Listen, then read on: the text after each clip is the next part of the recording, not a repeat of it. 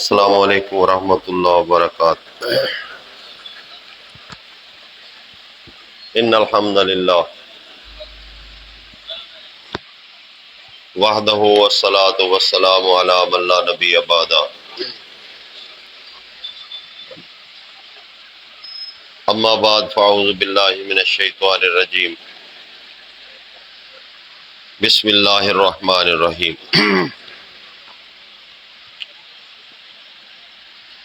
وَإِنَّ الَّذِينَ اخْتَلَفُوا فِي الْكِتَابِ لَفِي شِقَاقٍ بَعِيدٍ۔ محترم حاضرین، اللہ کے فضل و احسان سے آپ نے معاش اور معاشرے پہ بیان سنا۔ یقیناً اس وقت معاش میں بھی بگاڑ ہے اور معاشرے میں بھی انتہائی بگاڑ ہے، ضرورت ہے اس کی اصلاح کی۔ اس کے بعد دعوت اللہ پہ بھی آپ کو جتنا اللہ نے توفیق دی وہ سنایا گیا ہے۔ مسائل سنائے اس لیے جاتے ہیں کہ ان کو سمجھا جائے۔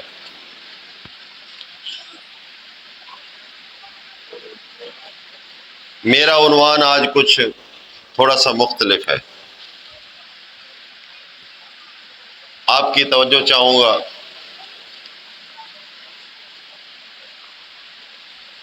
میں چاہتا ہوں کہ آپ لوگ ایک موازنہ کریں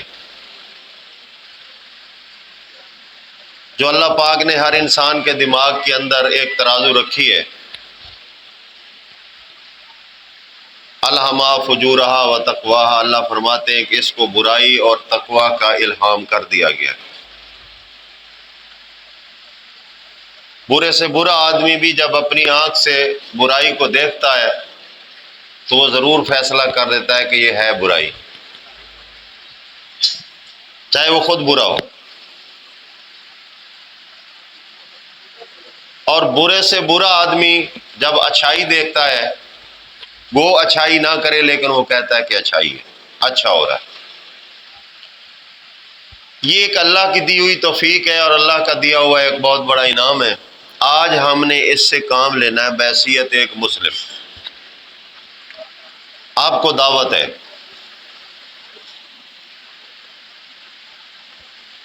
بھائیوں، گزارش یہ ہے، آج اسلام کی تبلیغ بڑے کھلے عام ہو رہی، اللہ کا احسان ہے۔ دنیا کے اندر 57 ملک ایسے ہیں جہاں باقاعدہ طور پر اسلام کی تبلیغ ہو رہی ہے، اور غیر مسلم ملک بھی ہیں جن کے اندر اذانوں کی آواز بھی آتی ہے، وہاں نمازیں بھی ہوتی ہیں، لیکن فرق کوئی نہیں پڑ رہا۔ اگر ہم نے اسلام کو صرف اذان، نماز، ذکر پہ رکھ دیا ہے تو کوئی فرق نہیں پڑے گا، یاد رکھنا۔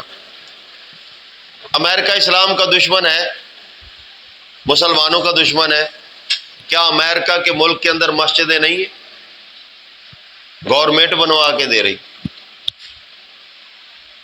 اماموں کی تنخواہیں پے کر رہی، بجلی وہاں ہے، گیس وہاں ہے، ہر سہولت موجود ہے۔ کس کے لیے؟ مسلمانوں کے لیے نا۔ اسلام کا دشمن مسلمانوں کے لیے اسلام کے اراکین کو ادا کرنے کے لیے سہولیات مہیا کر رہا ہے۔ کیا سمجھا ہے وہ؟ اگر وہ صحیح سمجھا ہے تو ہم صحیح نہیں سمجھے۔ غور کرے، ذرا موازنہ کرنا ہے۔ آپ نمازیں پڑھتے رہو، امریکہ کو کوئی نقصان نہیں ہو۔ روزے رکھتے رہو، اس کو کوئی نقصان نہیں۔ حج ہو، زکوٰۃ ہو، اس کو کوئی پرابلم نہیں، بلکہ آپ کے ساتھ مل کر سارے کام کرے گا۔ غیر مسلم کو نقصان کب ہوگا؟ جب اسلام کی تحریک اٹھے گی، جب اسلام کو دنیا کے اندر نافذ کرنے کی کوشش کی جائے گی۔ ماضی کے اندر ایک تحریک اٹھی، محمد بن عبد الوہاب نجدی، گو کہ عرب تھا وہ، اس نے دعوت توحید اٹھائی، لاکھوں لوگ جمع ہو گئے، اس نے کہا اب اسٹیٹ بنانی چاہیے، اب مسلمان اسٹیٹ بنانی چاہیے۔ سعودیہ کے شہزادوں نے مل کر غیر مسلموں کے ساتھ اس کا کلا کما کیا، وہ اسٹیٹ نہیں بننے دی۔ اگر وہ لوگ نمازیں پڑھتے رہتے کسی کو کوئی اعتراض نہیں تھا۔ اسلام کو لاگو نہیں کیا جا سکتا، اگر آپ لاگو کرو گے ساری دنیا دشمن ہو جائے گی، آپ اسلام پہ چلتے رہو کسی کو کچھ نہیں فرق پڑتا۔ بات سمجھ آ رہی؟ یہ پالیسی تھی غیر مسلم کی۔ اب آپ آ جائیں مسلم کی طرف۔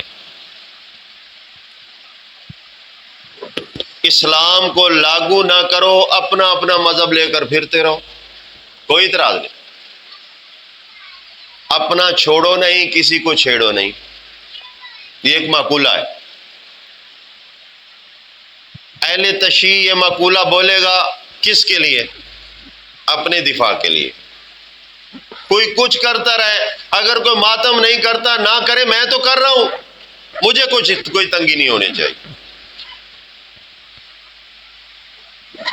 تو کیا یہ فلسفہ درست ہے؟ کیا کریں گے ہم؟ ایک مسلم کیا کرے گا؟ مسلم کا کام اللہ پاک فرماتے ہیں کنتم خیر امت اخرجت للناس تأمرون بالمعروف وتنہون عن المنکر، دونوں کام کرنے پڑیں گے، پھر آپ امت خیر کے اندر شامل ہو گئے۔ امر بالمعروف بھی کریں گے، لوگوں نماز پڑھو، روزے رکھو، حج کرو، زکوٰۃ ادا کرو، اخلاق اچھا بناؤ، معاش اچھا بناؤ، اپنی تربیت کرو، اہل و عیال کی تربیت کرو، معاشرے کے اندر بھلائی عام کرو، یہ امر بالمعروف ہے۔ نہی عن المنکر کیا ہے؟ جب بھی کوئی نہی عن المنکر کرے گا اسی وقت قوم دشمن ہو جائے گی۔ جس طرح امریکہ اور غیر مسلم مل کر محمد بن عبد الوہاب نجدی کی تحریک کو کچل ڈالا، انہوں نے لاکھوں بندے مار دیے، کوئی پتہ نہیں ہے کہ عبد الوہاب نجدی گیا کہاں ہے۔ یہ ماضی تھا۔ اسلام کے نام پر آپ کے قریب قرب و جوار کے اندر ایک تحریک اٹھی جو طالبان کے نام سے تھی، وہ کہ اتنی کھری نہیں تھی، لیکن نام اسلام کا تھا کہ اسلامی ملک ہوگا، اسلامی قانون ہوگا۔ کس کو تکلیف ہوئی؟ دنیا کو تکلیف ہوئی، مٹایا گیا۔ آپ کی تاریخ بتاتی ہے کہ ہزاروں لوگ تورا بورا کے غاروں کے اندر جب چھپے ہوئے تھے، اس کے اوپر بم مارے گئے، آکسیجن بند ہوئی، وہ گھٹ کر مر گئے۔ کون مرے؟ یہ وہی لوگ تھے جو اسلام کی تحریک لے کر چلے تھے، اور جو وہ بھی مسلمان تھے، جو امریکہ کے اتحادی تھے، ان کو کچھ نہیں ہوا، کلمہ ان کا بھی وہی تھا، ان کا بھی وہی تھا۔ فرق کب پتہ چلا؟ کہ جب نہی عن المنکر کرو گے اس وقت آگ بھڑکے گی، اپنے بھی دشمن بن جائیں گے۔ اب میں اپنوں کی پہچان کروانا چاہتا ہوں۔ الحمدللہ ہم موحد لوگ ہیں، اللہ کا شکر ہے، شرک و بدعات سے دور ہیں۔ اسی طرح سے دعوے کرنے والی آپ کو عشرہ جماعتیں مل جائیں گی، سارے کہیں گے ہم موحد، ہم موحد، ہم موحد۔ ٹھیک ہے، الحمدللہ بن جاؤ موحد، اور کیا چاہیے؟ لیکن یہ ایک ایسا جملہ ہے جو متفق علیہ ہے، اس جملے کو چیک کرنے کے لیے پھر قرآن کی کسوٹی پہ آنا پڑے گا۔ آئیں گے یا نہیں آئیں گے؟ چیک کرنا پڑے گا نا۔ میں اگر کہوں میں موحد ہوں، آپ کا حق بنتا ہے کہ ثبوت پیش کر، تو کیسے موحد ہے؟ تو ثبوت کہاں سے پیش کیا جائے گا؟ کتاب اللہ سے۔ یار اتنی بات تو مسلمانوں کو پتہ ہوتا ہے نا، جو کتاب اللہ سے سچا ثابت ہو وہ موحد ہوگا، جو کتاب اللہ پہ جھوٹ بولے گا وہ موحد نہیں ہوگا۔ یہی معیار ہے میرا۔ آئیے ایک مسئلہ اٹھا ہوا ہے، اس پہ غور کرتے ہیں۔ مسئلہ ہے مرنے کے بعد قیامت تک عذاب و راحت۔ آپ سب کو پتہ ہے، لفظ پہ غور کرنا ہے۔ مرنے کے بعد، جب مر جائے تو کیا ہوتا ہے؟ مردہ۔ قرآن کیا کہتا ہے؟ مردہ، اموات غیر احیاء، قرآن یہی کہتا ہے نا، مردہ ہے، مردے کو قیامت تک عذاب و راحت۔ دلیل، دلیل، اب دلیل نظر نہیں آ رہی۔ میرا دعویٰ ہے مسجد کے اندر کھڑے ہو کر، آج کا نہیں 12 سال پہلے کا دعویٰ ہے، آج کا نہیں، بڑے بڑے شیخ الاسلام کے ساتھ سامنے دعویٰ کر چکا ہوں، پورے قرآن کی 6666 آیتیں ہیں، ایک آیت عبارت النص دے دو کہ مرنے کے بعد قیامت تک عذاب و راحت ہوتا ہے۔ جاؤ، میں توبہ کروں گا، اعلان کروں گا، معافی مانگوں گا کہ میں نے 12 سال گمراہی میں گزارے۔ ٹھیک ہے، جواب دینا چاہیے۔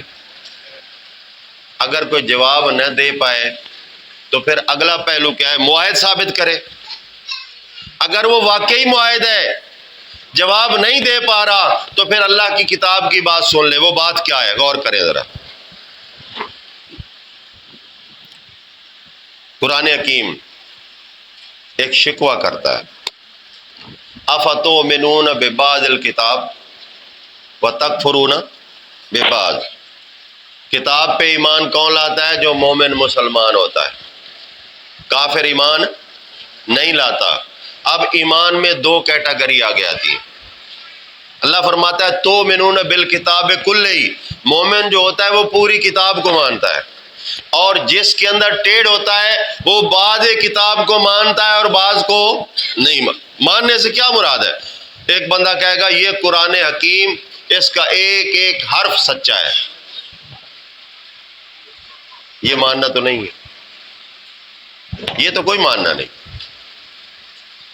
ماننا یہ ہے کہ جب ایک ایک حرف سچا ہے تو اس حرف کے مطابق اس نے اپنا عقیدہ ایمان کیوں نہیں بنایا؟ یہودی تورات کو 100% صحیح مانتے تھے، عیسائی انجیل کو 100% صحیح مانتے تھے، کسی ایک آیت کا بھی ان کو انکار نہیں تھا، لیکن اللہ شکوہ کر رہا ہے کہ تم بعض کتاب کے حصے کو مانتے ہو، بعض کو نہیں مانتے۔ تو آگے اس جرم کی سزا کیا ہے؟ افتؤمنون ببعض الکتاب وتکفرون ببعض، جب یہ کوئی کر لے، جی وہ بھی میں بیان کروں۔ افتؤمنون ببعض الکتاب وتکفرون ببعض فما جزاؤ، فما کیا سزا ہو سکتی؟ سوال ہے، اللہ کی آیت پڑھ رہا ہوں، اور کیا سزا ہو سکتی ہے ایسے بندے کی؟ من یفعل ذلک منکم، اور معاہدوں کان کھولو، اگر کوئی تم میں سے یہ کام کرے، اگر 5666 نہیں 65 ایٹوں پہ عمل کر رہا ہے، ایک پہ نہیں کر رہا، تو اس نے کتاب کے بعض حصے کا انکار کیا یا نہیں کیا؟ کیا ہے، میں نہیں کہتا، سورہ نساء پڑھو، ان الذین کفروا بآیاتنا، جو لوگ ہماری آیتوں کے انکاری ہیں۔ ایک انکار کا کفر بمانے نہ ماننا، ایک کفر بمانے ماننا ہے لیکن عمل نہ کرنا۔ سوف نصلیہم نارا، ہم ان قریب ان کو جہنم میں داخل کریں گے۔ یہاں ایک اعتراض ہوتا ہے، وہ دیکھو جی قیامت سے پہلے جہنم میں داخل ہو رہے ہیں، قیامت سے پہلے داخل ہو رہے ہیں۔ پہلے عبارت کو تو سمجھ لو، اللہ عقل دے۔ سوف نصلیہم، یہ سوف عربی کا قاعدہ کلیہ ہے کہ حال کی نہیں مستقبل قریب کی خبر دیتا ہے، کچھ وقت کے بعد۔ سوفا کچھ وقت کے بعد کیا کریں گے ہم؟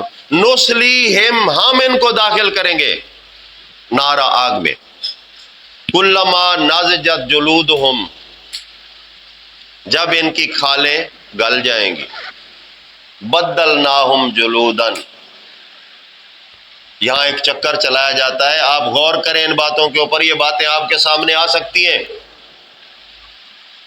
کہ دیکھو جی ان کی جلد جل گئی، لیکن عذاب کس کو ہو رہا ہے؟ روح کو ہو رہا ہے۔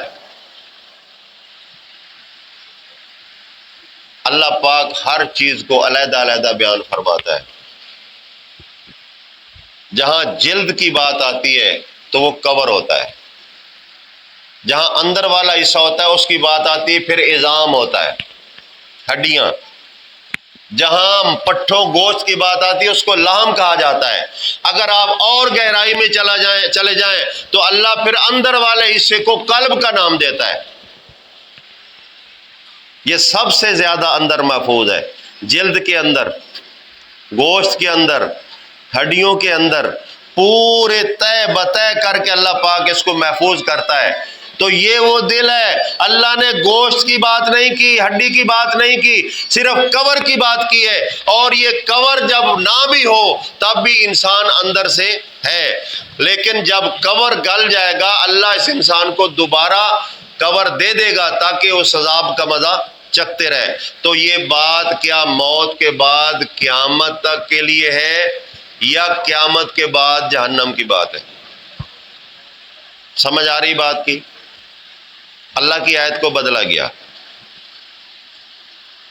وہی بات میں ایک عبارت پیش کر رہا ہوں، فیصلہ آپ پہ چھوڑتا ہوں، اور دوسری طرف عبارت الناس اسی طرح کی دے دے، انشاءاللہ قبول، کوئی اعتراض نہیں ہوگا۔ اللہ پاک فرماتے ہیں فما جزاء من یفعل ذلک منکم، کم تم میں سے موحدو اور توحید کے دعوے داروں، الا خزی فی الحیات الدنیا۔ تجھے قرآن بتا رہا ہے کہ عذاب کہاں کہاں ہوتا ہے۔ الا خزی فی الحیات الدنیا، دو چیزیں شرط رکھی ہیں، زندگی بھی شرط رکھی ہے اور دنیا بھی شرط ہے۔ تو برزخ میں لے جا کر گھسیٹتا پھرتا ہے، کچھ حیا کر، اللہ کی کتاب کا ہی حیا کر دے۔ فما جزاء من یفعل ذلک منکم الا خزی فی الحیات الدنیا۔ کوئی اعتراض نہیں ہے، برے کو اللہ دنیا میں رسوا کرتا ہے، سزا ملتی ہے، کوئی اعتراض نہیں ہے۔ آگے اللہ کیا فرماتا ہے؟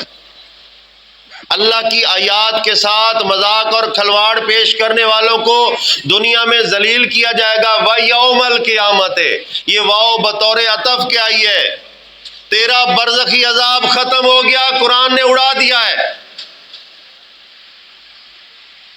اگر قرآن کو مانتا ہے تو فیصلہ تیرے سامنے موجود ہے۔ وَيَوْمَ الْقِيَامَةِ، پہلے شرط لگائی حیات الدنیا، دنیا کی، سمجھ آ رہی ہے؟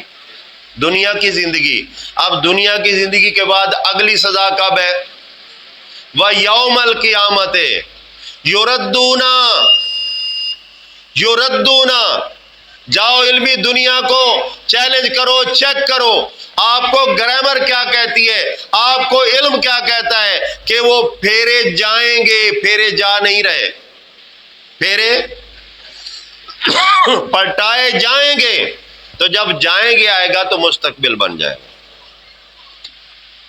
مثال،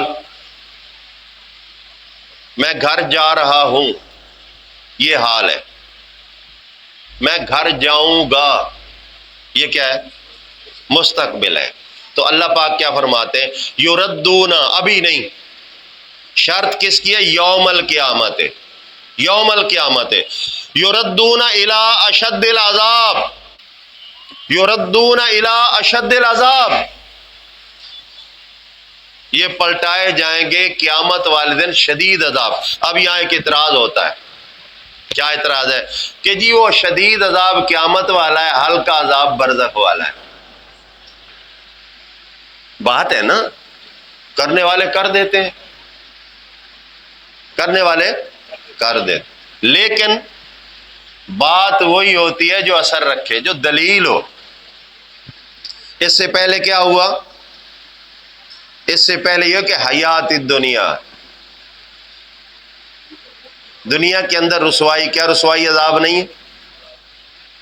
عذاب ہے نا، اذیت ہے، شرمندگی ہے، ندامت ہے۔ اگر آپ کسی بندے کو کہہ دیں یہ جھوٹا ہے، بے ایمان ہے، بدماش ہے، شرابی ہے، جواری ہے، قاتل ہے، زانی ہے، جب بندوں کے سامنے اس کو یہ کہا جائے تو اس کی عزت بڑھ رہی ہے یا ذلیل ہو رہا ہے؟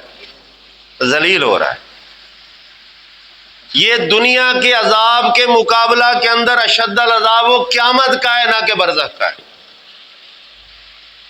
مولوی صاحب سے لڑائیاں کر لو جتنا آپ کا دل کرتا ہے، بھاگتے ہیں، وہ دیکھو جی النار یعرضون علیہا غدوا وعشیا، صبح و شام آگ پہ پیش ہو رہے ہیں۔ ترجمہ بھی لوگوں نے یہی کیا ہے، سوائے دو ترجموں کے۔ ایک شاہ رفیع الدین کا ترجمہ ہے جو پہلا ترجمہ ہندوستان پاکستان میں کیا گیا، اس نے لکھا ہے ترجمہ پیش کیے جائیں گے، باقی سارے فرقہ پرست ناقل تھے، لکیر کے فقیر اسی نشان پہ بھاگتے رہے، پیش ہو رہے ہیں، ہو رہے ہیں، ہو رہے ہیں، ہو رہے ہیں۔ اب سوال پیدا ہوتا ہے، حل نکالتے ہیں، کون پیش ہو رہا ہے؟ آگے کہیں گے جی فرعونی، یہی کہیں گے نا، فرعونی صبح شام پیش ہو رہے ہیں۔ تمہارا دعویٰ کیا ہے؟ تمہارا دعویٰ یہ ہے کہ جسم مر گیا، گل گیا، فرعون کی لاش بشر میں پڑی ہوئی ہے، یہ قبر میں گل جاتا ہے، لہذا عذاب و راحت پہ روحیں پیش ہو رہی ہیں، ہے نا یہی دعویٰ؟ عذاب و راحت کس کو ہو رہا ہے؟ روح کو ہو رہا ہے۔ پھر چکر دیتے ہیں، نہیں روح کو بھی ہو رہا ہے، اس کو نفس بولتے ہیں، اس کو نفس بولتے ہیں۔ اور قرآن سے پوچھ لو نفس ہوتا کون ہے؟ کلو نفس ذائقۃ کس پہ موت آتی ہے؟ انسان پہ۔ قرآن کہتا ہے نفس انسان ہے، جو تم نے ڈھونڈ کر بنایا ہوا ہے اس کی دلیل دو۔ اللہ فرماتے ہیں انسان کو میں نے پیدا کیا۔ کس طرح پیدا کیا؟ فَلْيَنْظُرِ الْإِنسَانُ مِمَّا خُلِقَ، انسان غور کرے یہ پیدا کس چیز ہوا ہے۔ خُلِقَ مِن مَّاءٍ دَافِقٍ، یہ اچھلتے ہوئے پانی سے پیدا ہوا ہے۔ سورہ طارق پڑھے، یخرج من بین الصلب والترائب، یہ پیٹھ اور سینے سے نکلنے والا پانی، یہ وہ مادہ منویہ ہے جو مرد و عورت کا نکلتا ہے، ایک جگہ پہ اس کا اجتماع ہوتا ہے اللہ پاک کی قدرت سے، پھر وہاں سے اللہ پاک اس کو بچے کی شکل دیتے ہیں۔ یہ وہ انسان ہے جو تو کہہ رہا ہے وہ کدھر سے آیا ہے؟ اور روح کی تخلیق تو بتا، اگر وہ مخلوق ہے تو اس پہ فنا ہونی ہے۔ کل شیء ہالک کل من علیہا فان، اس کی دلیل دے۔ اگر وہ کچھ بھی نہیں ہے، تیرا خاکہ ہے، پھر قرآن سے پوچھتے ہیں کہ روح ہے کیا؟ پھر قرآن سے پوچھ لیتے۔ اللہ پاک فرماتے یسألونک عن الروح، سورہ بنی اسرائیل، یسألونک عن الروح، یہ آپ سے پوچھتے ہیں روح کے بارے میں۔ کل حکم ہو رہا ہے پیغمبر، جب کل آئے گا تو حکم ہوگا، یہ ختموں میں پڑھنے والا کل نہیں، یہ آرڈر ہے۔ پیغمبر کانپ جایا کرتا تھا کہ اللہ پاک کیا کہنا چاہتے ہیں، کیا کہلوانا چاہتے ہیں مجھ سے۔ کل الروح ہو، کل الروح، عربی کا قاعدہ کلیہ بتا رہا ہوں، روح ہون نہیں ہے، الروح الف لام ساتھ لگا ہے، معرب باللام ہے، من امر ربی، کیا معنی ہوا؟ روح اللہ کے حکم سے، اللہ کا حکم، من کبھی تبعیض کے لیے بھی آتا ہے، کبھی جز کے لیے بھی آتا ہے، ضروری نہیں کہ اس کو جزیہ ہی مانا جائے، اللہ کا حکم بھی مانا ہو سکتا ہے، اللہ کے حکم سے بھی ہو سکتا ہے، کوئی اعتراض نہیں ہے۔ قرآن کہتا ہے جبریل علیہ السلام روح اللہ، قرآن کہہ رہا ہے، میں نہیں کہہ رہا۔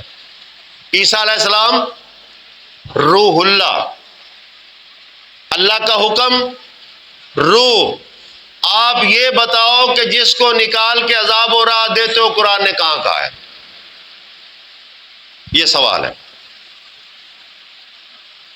ادھر دوڑیں گے اور دماغ اتنا خراب ہو جاتا ہے کہ جب قرآن کے خلاف جاتے ہیں تو عقلوں میں گند بھرا جاتا ہے. ایک دلیل پیش کرتے ہیں، آپ نے بھی سنا ہوگا، سمجھا ہوگا، بڑے بڑے علماء پیش کر جاتے ہیں. سورہ اعراف کی 173 نمبر آیت ہے، اذ اخذ ربک من بنی آدم. لفظ پہ غور کیا ہے؟ میں لیا گیا تو وہاں ایک شخص سے میری بات ہوئی، اسپیشل گیا میں ملنے کے لیے، تو اس نے اس آیت پہ فوکس کر لیا. میں نے کہا بھائی قرآن ہے آپ کے پاس؟ کہتا ہے. میں نے کہا اپنی پسند کا ترجمہ اٹھا. وہ سعودیہ سے وہ پرنٹڈ آتا ہے، ترجمہ تو ہی لوگ کرتے ہیں. اس نے وہ اٹھا لیا. وہ جماعت تھی مسعود اللہ بی ایس سی کے ساتھ وہ تعلق رکھنے والا تھا، اس کے ساتھ گفتگو ہوئی، الحمدللہ اچھے اس پہ آگے چلنے کا بھی اتفاق ہوا. یہ جمعہ کی بات ہے. وہ کہتا ہے دیکھو جی روحوں سے وعدہ لیا جا رہا ہے. میں نے کہا اٹھاؤ قرآن. جب دیکھا اذ اخذ ربو کا، جب لیا تیرے رب نے، ربو کا خطاب محمد صلی اللہ علیہ وسلم کو ہے، تیرے رب نے وعدہ لیا کس سے؟ من بنی آدم. بنی عربی میں بیٹے کو کہتے ہیں، یعنی آدم کے بیٹے سے، آدم کے بیٹوں سے. میں نے کہا حضرت مجھے بتا دیں، روح اگر یہ عہد دے رہی ہے تو اس کا مطلب ہے کہ یہ آدم کی اولاد ہوئی. پھر اللہ فرماتے ہیں کیا؟ من ظہورہم و ذریتہم، آگے ان کی اولاد سے بھی، اولاد کی اولاد سے بھی، وَأَشْهَدُهُمْ عَلَىٰ أَنفُسِهِمْ، اور ان سب کو ان کے اوپر خود گواہ بنایا گیا ہے. میں نے کہا ان کی مائیں بھی ہوں گی، ماں کا نام تو بتاؤ ذرا، روح کی ماں کون ہے؟ پہلے والی روح کا ابا جان تو ہو گیا آدم، تو بعد والوں کی روح کا ابا جان کون ہوا؟ میں نے کہا ذرا آگے چل. اللہ فرماتا ہے کل قیامت والے دن یہ نہ کہنا ان اشرک آباؤنا وکننا ذریتہم من بعدہم، کہ شرک تو ہمارے باپ دادوں نے کیا تھا، اللہ ہم تو ان کی اولاد تھے اور ان کی نسل در نسل چلے آ رہے تھے، ہم نے ان سے یہ سیکھا تھا. اور ساتھ ہی تم کہتے ہو کہ روح کن سے پیدا ہوتی، کہتے ہیں نا روح کن سے پیدا ہوئی ہیں. ایک بار اللہ نے حکم کر دیا پیدا ہو گئی. جب سب پیدا ہو گئیں، اگر عورتیں ہیں تو ساری بہنیں ہوئی یا نہیں؟ ایک وقت پیدا ہونے والے کیا ہوتے ہیں؟ بہنیں. یا مرد ہیں تو پھر بھائی ہو گئے. ادھر قرآن کہتا ہے باپ بیٹا، پوتا. کہتا یار صحیح ہے، بات سمجھ آ رہی ہے. میں نے کہا اور سمجھ قرآن. یہ وہ کتاب ہے، اللہ پاک فرماتے ہیں ان ھذا القرآن یہدی للتی ہی اقوم، اس سے اچھا راستہ اور کوئی نہیں. تو ہزاروں کتب اٹھا لے، فقہ اٹھا لے، علماء مفسرین سب کو لیا، پوری ٹرین بھر لے کتابوں کی، یہ کتاب جب تک اوپر نہیں رہے گی تیرا مسئلہ حل نہیں ہو سکتا. جب تک اس کتاب کو اوپر نہیں کرے گا. اور کتاب فیصلہ کر رہی ہے کہ آدم کی اولاد سے وعدہ لیا گیا ہے، روحوں سے وعدہ. تیرا جھوٹ سامنے آ گیا، اگر نہیں مانتا تو تیرا مسلمین ہونا کوئی فائدہ. سمجھ آ رہی بات؟ اگلا مسئلہ، قیامت والے دن شفاعت ہوگی. کون کرے گا؟ روایتیں اکٹھی کی ہوئی ہیں. پھر کمال یہ ہے کہ قرآن کا ترجمہ بھی روایات کے مطابق کر دیا. میں دعوت دیتا ہوں آپ کو، آیت الکرسی کے اندر جو ان کی دلیل ہے اس سے پہلی آیت پڑھ لیں. رکوع شروع ہو رہا ہے، یا ایھا الذین آمنوا انفقوا مما رزقناکم، اے ایمان والو خرچ کرو اللہ نے جو رزق دیا ہے. من قبل، پہلے سے، ان یاتیا، آ جائے، یومن، وہ دن، لا بیعن، کوئی خرید و فروخت سودے بازی نہیں ہو سکتی۔ یہاں ایک روایت پیش کی جاتی ہے جو بالکل غلط ہے، قرآن کے خلاف ہے۔ ایک گناہ گار شخص ہوتا ہے، کسی کا دینا لینا ہے، اللہ فرمائے گا کہ اس کی نیکیاں اس کو دے دو، لینے والے کو نیکیاں ختم ہو گئی، حساب برابر نہیں ہوگا۔ اللہ فرمائے گا اس کے گناہ بھی، لینے والے کے گناہ اس کے کھاتے میں ڈال دو، وہ کمال ہے اس نے کیے نہیں، اس کے کھاتے میں جا رہے ہیں۔ اللہ فرماتے ہیں من یعمل مثقال ذرۃ خیرا یرا ومن یعمل مثقال ذرۃ شرا یرا، اگر یہ عمل ہوگا تو دیکھا جائے گا، جو میں نے کیا نہیں وہ دیکھا بھی نہیں جائے گا۔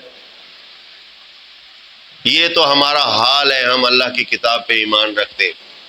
شفاعت ہوگی، اللہ فرماتے ہیں لا بیعن، کوئی سودا لین دین نہیں ہوگا، ولا خلتن، کوئی دوستی بھی کام نہیں آئے گی، آ گیا ولا شفاعتن،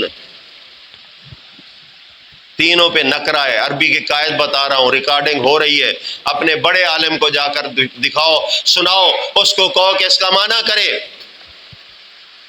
تینوں پہ نکرہ ہے، لا بیعن، کسی قسم کی بھی کوئی خرید و فروخت نہیں ہوگی، استثناء کوئی نہیں، ولا خلتن، کوئی دوستی بھی کام نہیں آگی، ولا شفاعتن، کوئی سفارش بھی نہیں ہوگی۔ آگے فتویٰ ہے اللہ کا، والکافرون، نہ ماننے والے، نہ ماننے والے، عربی میں کافر کہتے ہیں، اردو میں انکاری کو انکار کرنے والا کہتے ہیں۔ والکافرون، نہیں مانتے، ہم الظالمون، وہی ظالم ہے۔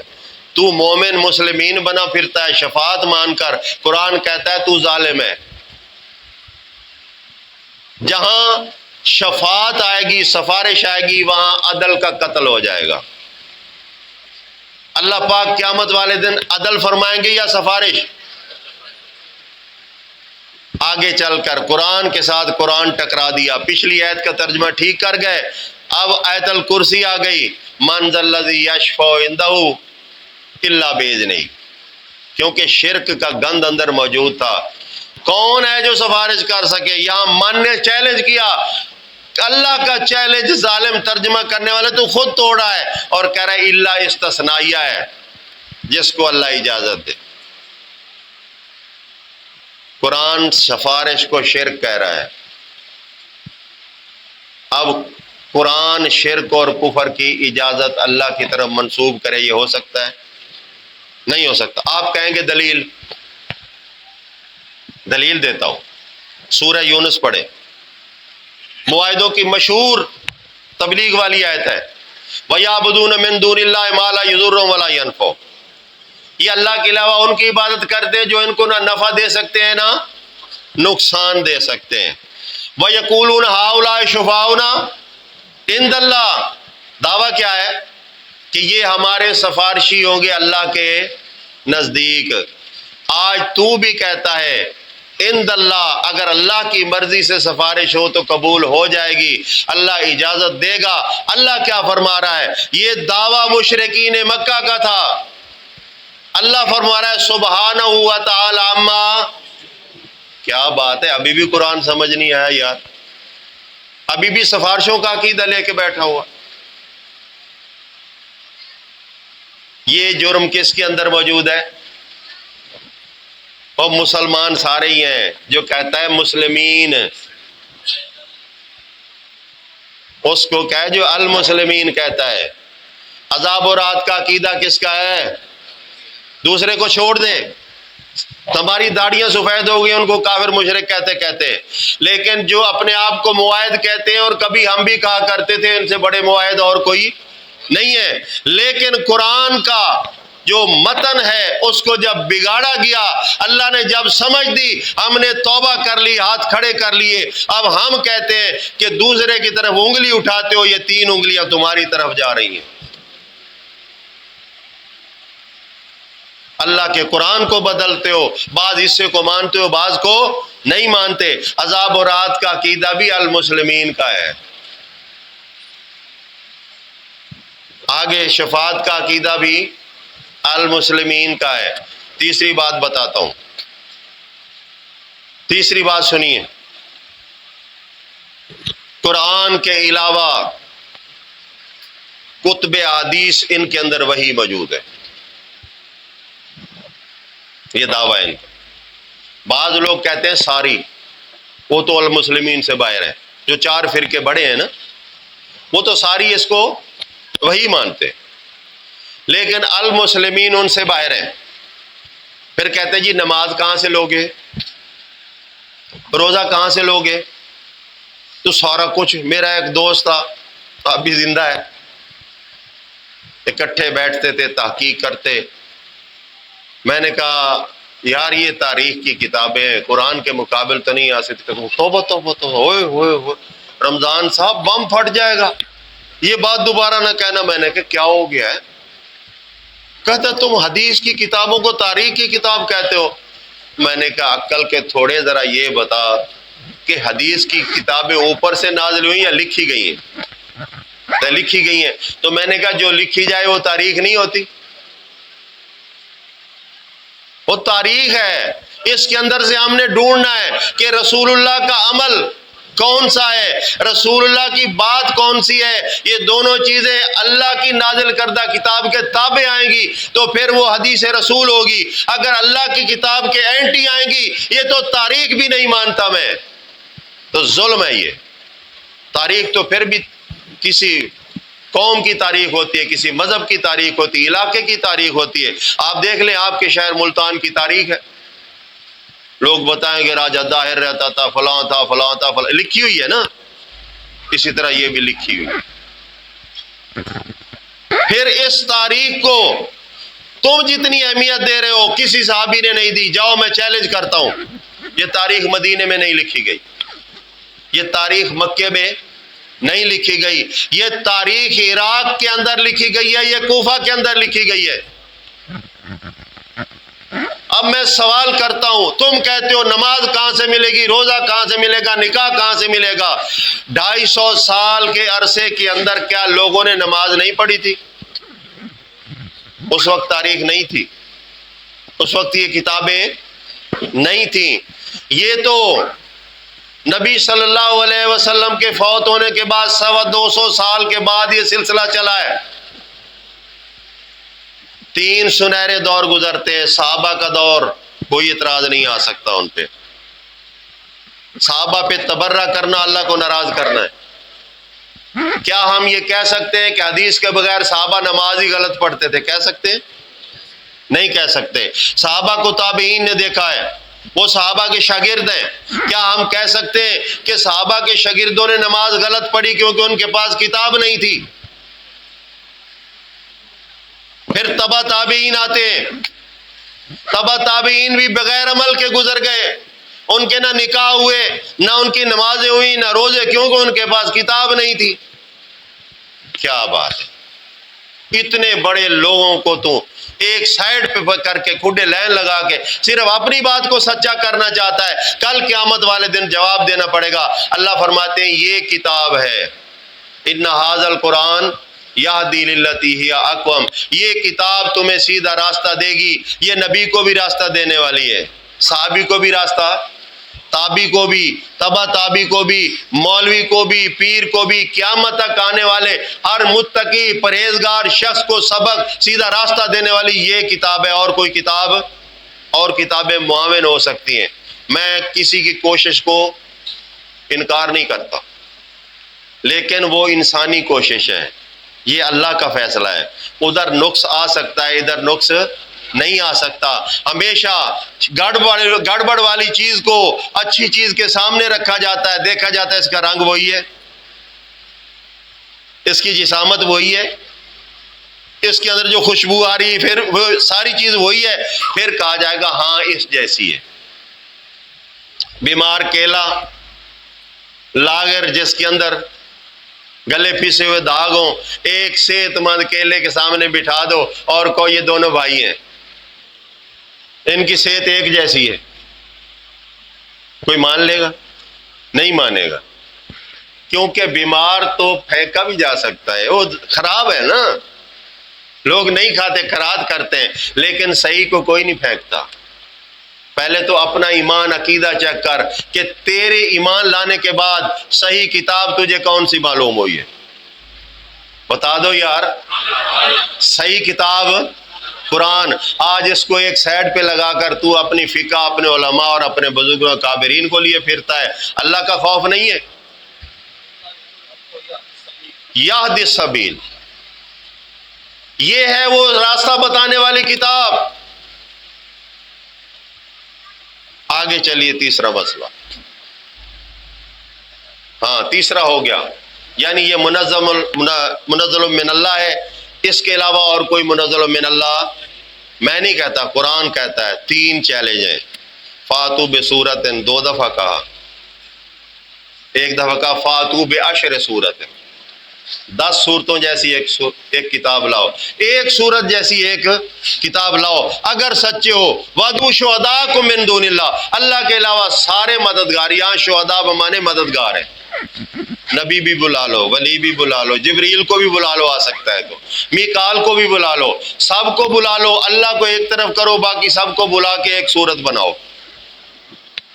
لیکن انہوں نے کیا کہا ہے؟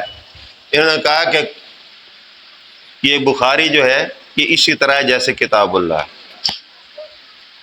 کچھ نے کہا نہیں نہیں، یہ قرآن پہ بھی قاضی ہے، نیٹ پہ دیکھو، میں نے اپنی آنکھوں سے دیکھا اور کانوں سے سنا۔ ایک مولوی سے سوال ہو رہا ہے کہ جناب، اینکر نے سوال کیا کہ جناب اگر کوئی آیت آ رہی ہو اور روایت اس کے خلاف ہو تو آپ کیا کریں گے؟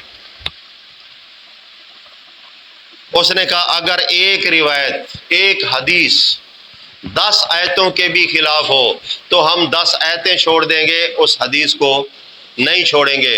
اس نے کہا وجہ بتائیں؟ اس نے کہا کہ حدیث کو ائمہ اور فقہ نے سچا کہا ہے، لہٰذا ہم 10 آیتیں چھوڑ سکتے، ائمہ کی بات کو نہیں چھوڑ سکتے۔ اب قرآن کیا کہتا ہے؟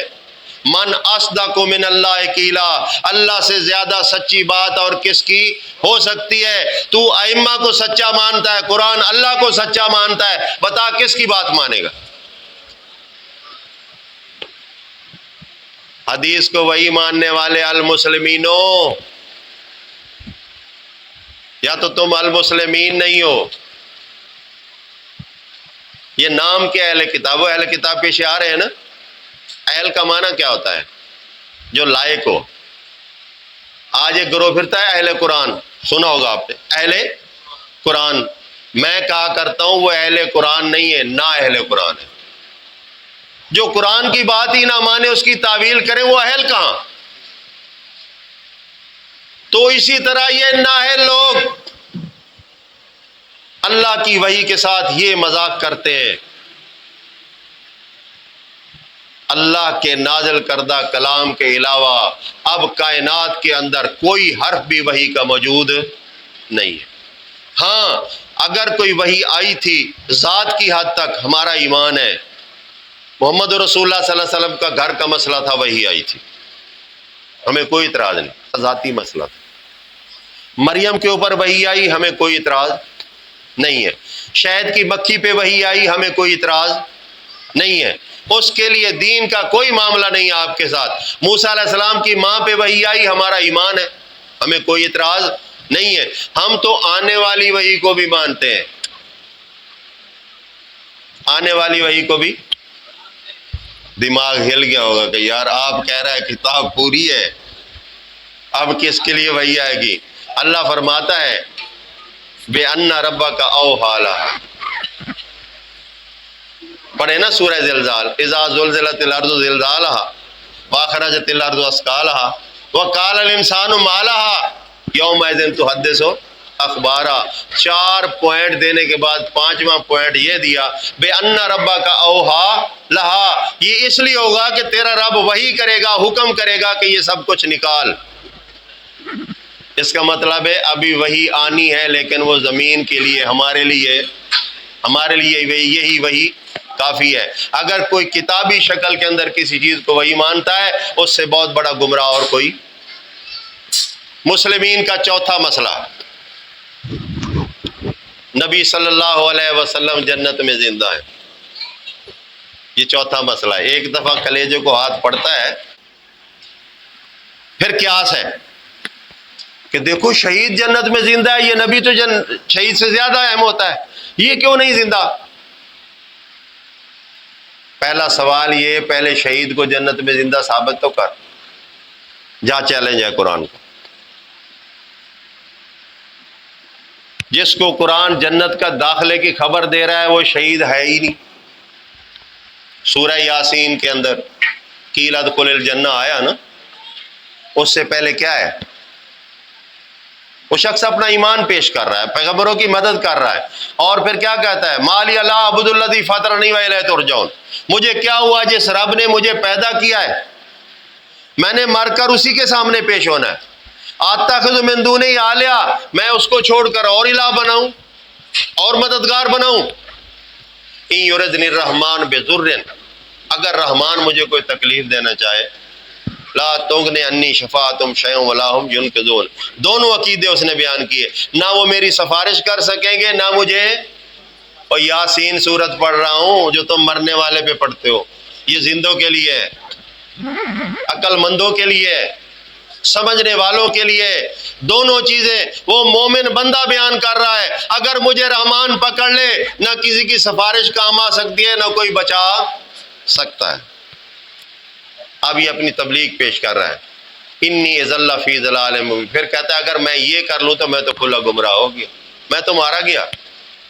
انی آمنت بربکم فاسمعون. لوگوں سن لو، میں اعلان کر رہا ہوں، میں تمہارے رب پہ ایمان لے آیا. یہ نہیں کہا میں اپنے رب پہ ایمان لایا. یہی تو قرآن کا انداز ہے، یہی تو مومن کا جذبہ ہے. ان کو سمجھانا چاہتا تھا بے شرمو، تمہارا رب بھی وہی ہے جو پیغمبر بتا رہے ہیں، تمہارا رب بھی وہی ہے. انی آمنت بربکم فاسمعون. اتنی بات کی، اللہ نے فرمایا قیل ادخل الجنہ. ملا جی مجھے بتاؤ اس کو قتل کس نے کیا ہے؟ جا، میرا چیلنج ہے، بھاگتا پھر جہاں چلا جا. اگر تو نے قرآن پڑھا ہوتا تو اس طرح نہ کہتا. کیوں؟ قرآن صحابہ کو کہہ رہا ہے، سورہ توبہ، ان اللہ اشترى من المؤمنین اموالہم وانفسہم بان لہم الجنہ. اللہ نے مومنوں سے مال جان خرید لیے. کس سے؟ صحابہ سے، اور بدلے میں ان کو جنت دے دی. وہاں تو وہ دعوت و تبلیغ کے بعد یہ معاملہ کر رہا ہے. ابھی ان کے پہلے اعزاز دے دیا گیا، ابھی صحابہ زندہ ہیں، ابھی انہوں نے کوشش کرنی ہے. لیکن اللہ فرماتا ہے انہوں نے جو کر لی، جو کرنی ہے، اس کا بدلہ ان کو جنت مل گئی. کیا وہ جنت میں چلے گئے؟ تو خواہ جنت بھیجتا ہے. سورہ زمر پڑھ، اللہ کیا فرماتے ہیں؟ سورہ زمر پڑھ. جب کافروں کا لشکر جا رہا ہوگا، فرشتے ہانک کے لے جا رہے ہوں گے، اللہ فرمائیں گے وہ جہنم کے دروازے پر تک پہنچیں گے. حتی اذا جاؤہا، آگے قرآن کیا کہتا ہے؟ فتحت ابوابہا، جہنم کے دروازے کھولے جائیں گے. یہ کب کی بات ہے؟ قیامت کی بات ہے. اسی طرح جنتیوں کا وفد جا رہا ہے، وہ جہاں حتی اذا جاؤہا، جب وہ وہاں پہنچیں گے، فتحت ابوابہا، دروازے اس وقت کھولے جائیں گے. پتہ نہیں تو کون سی جنت جہنم بنا کے بیٹھا ہے جس کے اندر پہلے کبھی روحوں کو داخل کرتا ہے، کبھی جنت کے اندر شہیدوں کو داخل کرتا ہے، کبھی نبیوں کو داخل کرتا ہے. قرآن کیا کہتا ہے؟ قرآن کہتا ہے پیغمبر انکا میتن، انکا، اے نبی تو میت ہوگا. میت ہونے کے بعد تو کہتا ہے کہ زندہ ہے، جنت میں زندہ ہے. کوئی پوچھے مدینے میں کس کا جسم دفن ہے تو پھر تو چکر دیتا ہے، کہتا ہے روح زندہ ہے، روح مدینے میں زندہ ہے. اب سوال پیدا ہوتا ہے محمد الرسول اللہ رسالت سے پہلے کون تھا؟ ابن عبداللہ، محمد بن عبداللہ. وہ محمد جس کے باپ کا نام کا پتہ، جس کے دادے کے نام کا پتہ، جس کی ماں کے نام کا پتہ، جس کے خاندان کے نام کا پتہ ہے یا نہیں ہے؟ تو جس کے سارے خاندان کا پتہ ہو وہ انسان ہوتا ہے یا روح ہوتی ہے؟ میرا پہلا سوال آپ سے ہے کہ آدم کے ان بیٹوں سے جو سوال ہوا، اگر الستو بربکم کا سوال روحوں سے ہوا ہے تو پھر ان کے ماں باپ ثابت کرنے پڑیں گے. اگر ماں باپ ثابت نہیں کرتے ہو تو پھر وہ انسان کے بچے ہیں۔ اسی طرح محمد رسول اللہ صلی اللہ علیہ وسلم ابن عبداللہ قریش خاندان کے ہیں، وہ فوت ہو رہے ہیں نبوت کے بعد۔ جو ابن عبداللہ تھا وہ محمد رسول اللہ بنا ہے، وہی شخص ہے یا کوئی اور ہے؟ وہی شخص ہے۔ اللہ فرماتا ہے وہی فوت ہوا، انکا میتن، بات سمجھ آ رہی؟ انکا میتن، اے نبی تو میت ہوگا۔ یہ مسلمین کہتا ہے نہیں نہیں وہ زندہ ہے، وہ زندہ ہے۔ کہاں ہے؟ جنت میں ہے، جنت میں زندہ ہے۔ اب تیرا ایمان، تیری وہ مسلمین کہاں گئی؟ تیری ساری زندگی کی محنت کہاں گئی؟ قرآن کا فتویٰ سن، قرآن کہتا ہے جو میری آیت کا انکار کرے گا، میری آیت کے خلاف کرے گا، اس کو جہنم میں داخل کیا جائے گا، کھال جل جائے گی، نئی کھال بدل دی جائے گی۔ تو یہاں دعویٰ کر کے بیٹھا ہے میری جماعت اچھی، میرا منشور اچھا، میرا علم اتنا، میرا فلاں اتنا، میرا فلاں اتنا۔ قرآن کہتا ہے تیرا کچھ بھی نہیں ہے، تیرا کچھ بھی نہیں ہے، تسلا نار حامیہ۔ کتنے عقیدے ہو گئے جی مسلمین کے؟ چار ہو گئے۔ ایک اور مسلمین بھی ہے جو پیچھے رہ گئی ہے، انہوں نے کہا کہ عیسیٰ علیہ السلام آئیں گے، نزول مسیح علیہ السلام، وہ بھی مسلمین ہیں، ان کی مسجدوں میں بورڈ لگے ہوتے ہیں المسلمین۔ عیسیٰ علیہ السلام نزول فرمائیں گے، ابھی تک فوت نہیں ہوئے، اوپر چلے گئے، پتہ نہیں کہاں چلے گئے۔ قرآن کیا کہتا ہے؟ قرآن کہتا ہے الم نجعل الارض کفاتا احیاء و امواتا۔ آپ سورہ مرسلات پڑھے، اللہ فرماتا ہے کیا ہم نے اس زمین کو ہر زندہ اور مردہ چیز کو سمیٹنے والی نہیں بنایا؟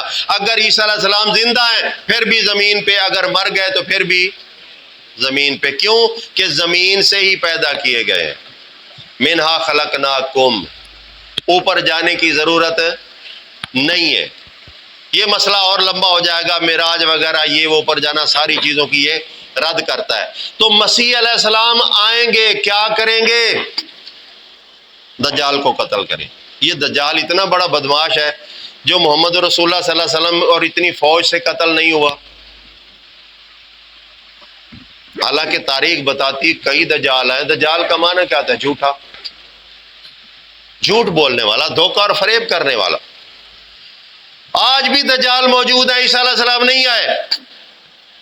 آج سے 400 سال پہلے ایران کے اندر ایک شخص کھڑا ہوا دجال، اس نے کہا میں نبی ہوں، اس کا نام بہاء اللہ، اس کی جماعت موجود ہے بہاوی۔ آج سے کچھ عرصہ پہلے ایک شخص نے دعویٰ کیا میں نبی ہوں، مرزا غلام احمد قادیانی، یہ بھی دجال ہے۔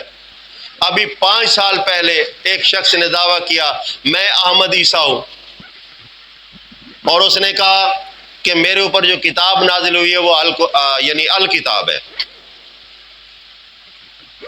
وہ عیسیٰ کیوں نہیں آیا؟ دجال تو اتنی بکواسیں کر رہے ہیں، کدھر گیا تمہارا عیسیٰ؟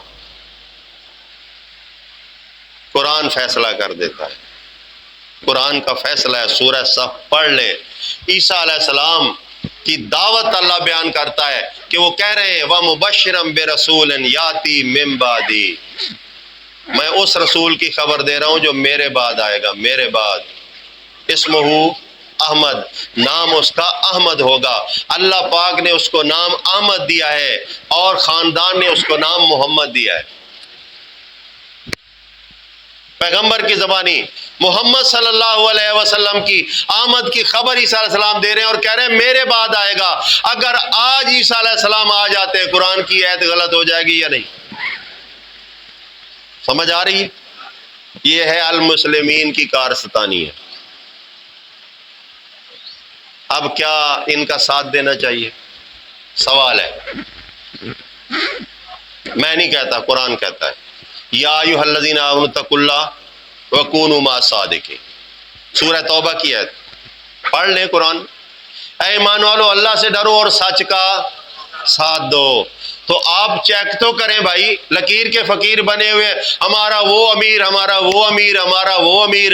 اللہ کے بندو یہ تیرے امیر کل کچھ کام نہیں آئیں گے، تیرا ایمان کام آئے گا، تیرا تقوی کام آئے گا۔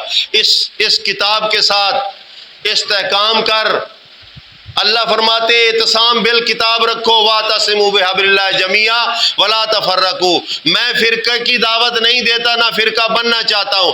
اگر اس کتاب کی بات ہو میں ماننے کے لیے تیار ہوں، اگر اس کی کتاب کے خلاف ہو چاہے میرے باپ کی جماعت ہو میں چھوڑ دوں گا. مجھے کوئی شوق نہیں ہے میں جہنم میں جاؤں. تو آج کا یہ جو موضوع تھا، ہم اکثر کرتے رہتے ہیں بتوں کی پوجا، قبروں کی پوجا، تعویذ کی پوجا، فلانی پوجا فلانی پوجا. ٹھیک ہے، یہ خارجی بت ہیں، ان کو توڑنا چاہیے، لیکن پہلے اندر والے بت کو چھوڑنا چاہیے. یہ اندر والا بت جو ہے نا، یہ جماعت پرستی، علماء پرستی، یہ اقربا پرستی، یہ علم والی جو بت ہے اس کے اندر کہ میں نے جو کہہ دیا سو کہہ دیا، اب کوئی اور بات نہیں مانی جائے گی، اس سے بڑا بت کی پوجا اور کوئی نہیں ہے. تو کوشش کریں ہر بندہ جب تک اندر والے بت کو نہیں توڑے گا اس وقت تک وہ مسلمین نہیں ہو سکتا. اللہ پاک سمجھنے اور عمل کرنے کی توفیق عطا فرمائے.